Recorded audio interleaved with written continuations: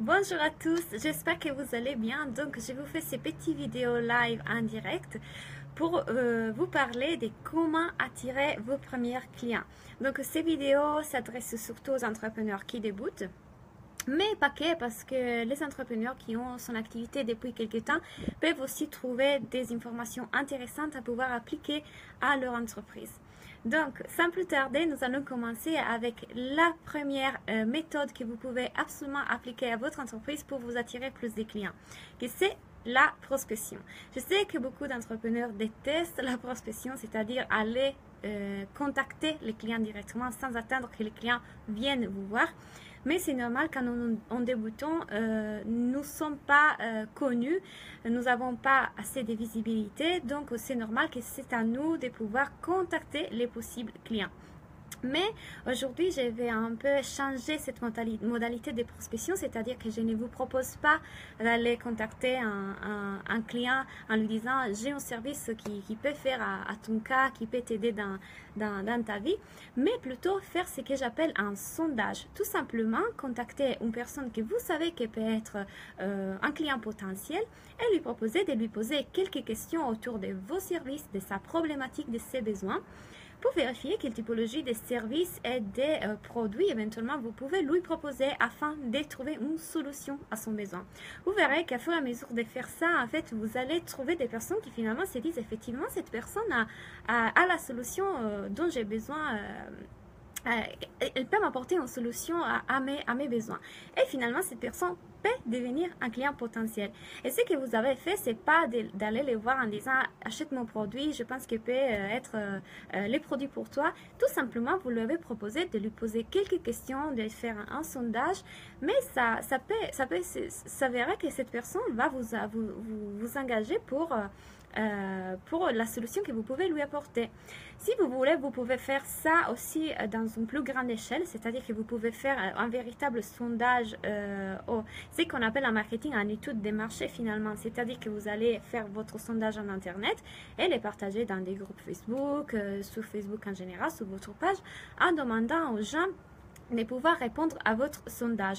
Ce qui va se passer, c'est tout simplement que les gens vont répondre à votre sondage et vont s'apercevoir que vous avez encore une fois la solution.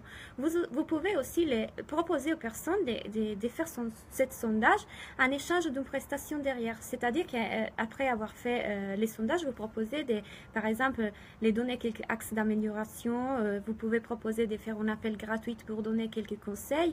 Et cela, c'est l'occasion pour vous de pouvoir vendre vos services. Donc, la première chose que je vous conseille de faire, c'est la prospection grâce au sondage, aux questions, etc.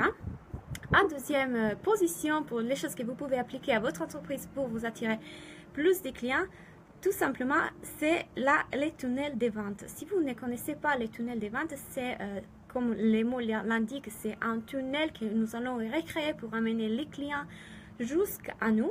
Donc, c'est pour vous donner un exemple concret, un tunnel de vente peut se former de cette façon. Vous allez mettre un article des blogs sur Facebook et cette personne X qui va voir votre article sur Facebook va rentrer dans votre article qui va les ramener dans une page qui est votre blog. Une fois que la personne est sur votre blog, vous pouvez lui proposer d'en savoir plus sur l'article qu'elle est en train de lire en cliquant sur les liens.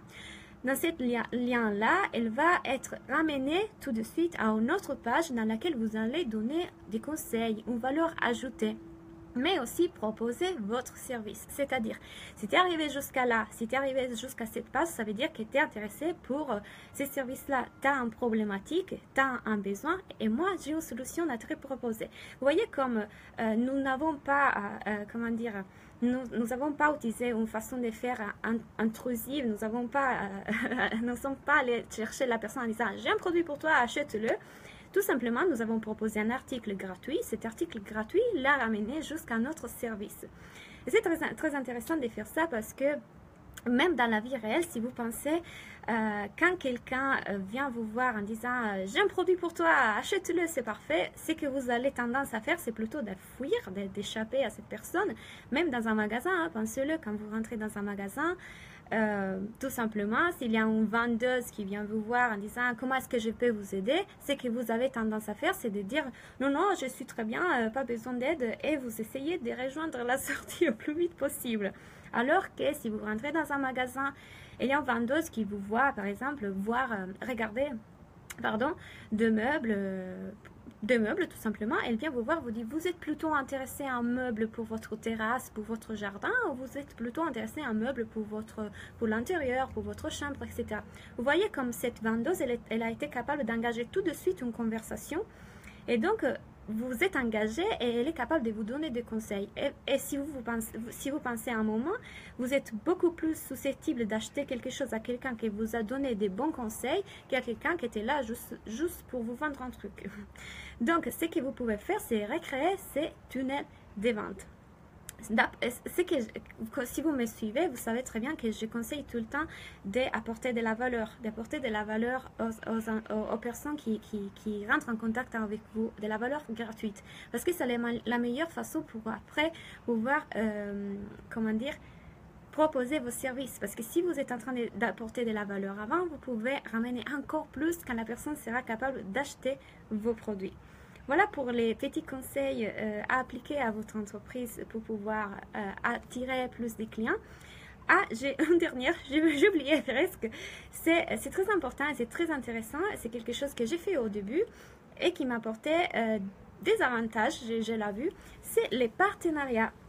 Tout simplement, vous allez demander à quelqu'un qui a déjà la visibilité dont vous avez besoin, qui est connu et qui est plus ou moins en lien avec vos valeurs, très en lien avec vos valeurs, mais qui a des services qui se ressemblent aux vôtres, mais pas tout à fait la même cible, de faire un partenariat avec vous. Pourquoi? Parce que ces personnes peuvent vous apporter la visibilité dont vous ne disposez pas en ce moment. Donc, véritablement vous apporter des nouveaux clients. Et ensuite, un partenariat, c'est toujours une bonne idée aussi parce que s'il est bien fait, parce que attention, ce que j'ai précisé là, j'ai dit vous devez chercher un partenaire dans ce cas qui n'aille pas votre même cible parce que sinon ça n'a pas du sens. Ce qui est intéressant de faire un partenariat avec quelqu'un qui a une cible similaire à la vôtre et donc que c'est intéressant pour les deux, qu'il y a un échange gagnant-gagnant de faire ces partenariats. Maintenant, je cherche un exemple à vous faire. Par exemple, une naturopathe qui travaille avec les femmes, donc tout simplement que les femmes, et un naturopathe qui travaille qu'avec les hommes. C'est pas pertinent de travailler dans ce sens-là, un partenariat avec cette typologie de personnes parce que vous avez deux cibles complètement différentes, donc ce n'est pas intéressant pour vous de toucher, si vous avez qu'une cible des femmes, ce n'est pas intéressant pour vous de parler aux hommes. Donc vous devez trouver les bons partenariats avec une cible similaire, avec les mêmes valeurs et qui peut vous apporter la visibilité dont vous ne disposez pas maintenant. Donc, pour résumer tout ça, nous avons parlé des sondages et prospection, nous avons parlé des tunnels de vente et nous avons parlé des partenariats. Ce sont les trois outils que vous pouvez appliquer si vous débutez dans votre entreprise et qui peuvent véritablement vous apporter plus de clients. Si vous avez des questions, n'hésitez pas à m'écrire dans les commentaires. J'espère que ces vidéos vous apportent de nouvelles idées pour vous attirer plus de clients et progresser et réussir dans votre entreprise. Merci pour l'avoir regardé et je vous dis à très bientôt.